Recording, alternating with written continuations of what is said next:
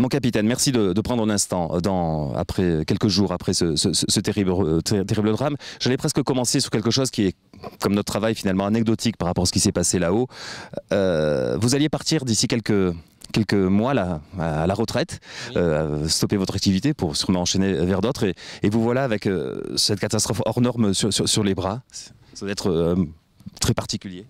C'est particulier, c'est pas tellement mon départ, c'est qu'aujourd'hui effectivement depuis quelques jours nous sommes sur une catastrophe avec un bon nombre de victimes qui demandent justement un peu d'expérience pour arriver à organiser les opérations de secours et de recherche. Mais il n'y a pas que cela, il y a aussi toute la logistique en amont avec le renouvellement de personnel. Tous mes personnels ne peuvent pas travailler sur cette mission, donc ils sont renforcés par tous les autres PGHM et le CNISAC de Chamonix, ainsi que tous les personnels de la CRS 6 qui viennent également de toutes leurs unités et des personnels aussi du 10-04 qui viennent nous renforcer de temps en temps.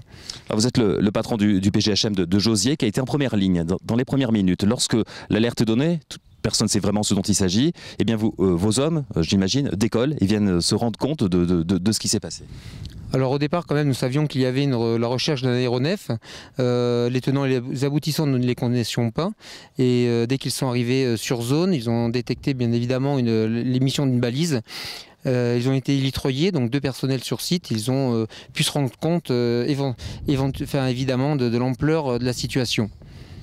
Et c'est donc vous qui avez eu cette lourde charge d'informer les autorités qu'il n'y avait pas d'espoir de retrouver des rescapés. Effectivement, mon personnel sur place a fait d'abord un état des lieux, savoir s'il y avait des personnes survivantes de ce crash. Et au vu de l'impact et de ce qu'il a vu déjà, les premiers éléments qu'il avait dès le départ, il s'est rendu compte qu'il n'y avait aucune personne de vivante. Il y a eu, on ne peut pas parler donc de secours, il y a eu tout de suite la mise en œuvre d'opérations d'ailleurs très rapides, d'interventions sur place, d'autres autorités, forces de l'ordre, de gendarmerie, pour retrouver la boîte noire, etc. Ce sont les mêmes personnels qui ont qui sont arrivés les premiers sur site, qui ont trouvé la boîte noire dans un temps très très bref.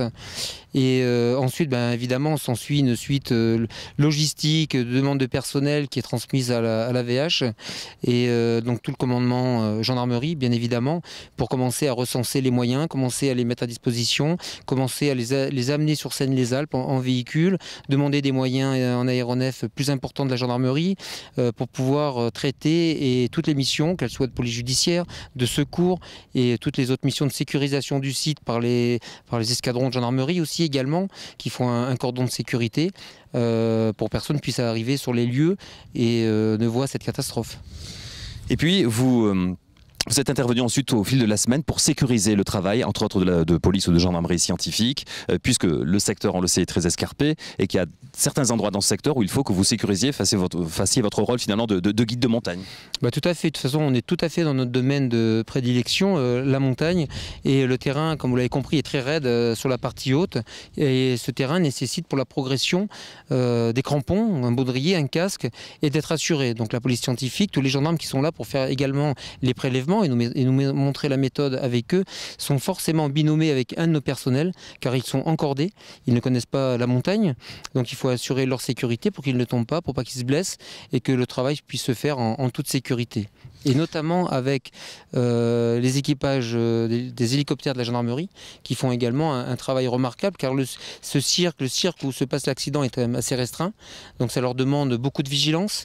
Aujourd'hui il y a beaucoup de vent, donc ça leur donne des contraintes de vol et ils font un travail aussi remarquable à notre profit. Cela va durer, dit-on, des semaines, certains disent des mois, en tout cas peut-être pas pour le rapatriement des corps ou de parties de corps, mais pour ramener tous les indices. Ça dépasse l'entendement en termes organisationnels, j'imagine aussi. Alors la durée exacte, moi je ne peux pas vous la communiquer, je ne la connais pas réellement. Effectivement, pour évacuer les corps, on pense encore à une grosse semaine au maximum, et ensuite la récupération de tous les objets, les valises éventuellement, s'il en reste, tous les papiers, tout ce qu'on va pouvoir trouver. Ensuite suivra quelques pièces de l'avion que veulent récupérer les enquêteurs de la gendarmerie, des transports aériens. Et sur cette durée-là, moi je ne peux pas vous communiquer, je n'ai pas d'ordre d'idée sur cette durée. Et cette fameuse boîte noire, la deuxième, celle où il y a toutes les données qui est recherchée, j'imagine, à l'heure où nous parlons encore.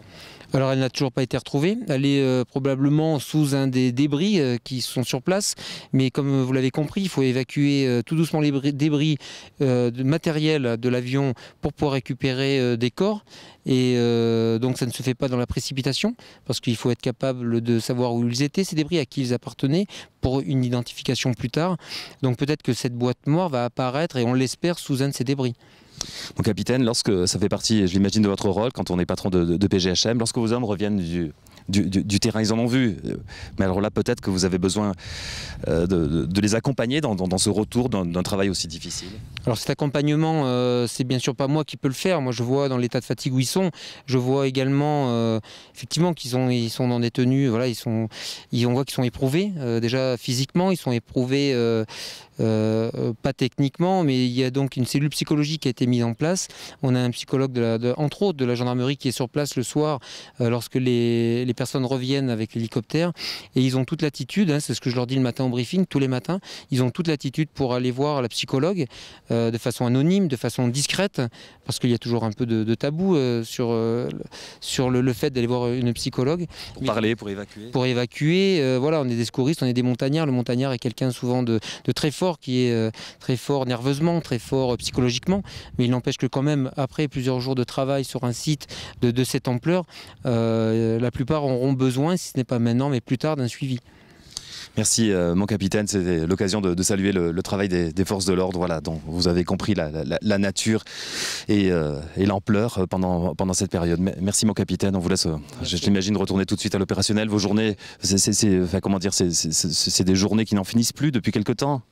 Alors elles ont tendance, oui, elles n'en finissent plus parce qu'il y a tout, comme je vous le disais, tout un suivi logistique de personnel, de renouvellement de personnel. On essaie d'améliorer également ce qui se faisait il y a 3 jours, on le fait un peu différemment aujourd'hui pour améliorer la qualité de notre service, pour le rendre plus efficient, peut-être plus rapide également parce que le temps est compté.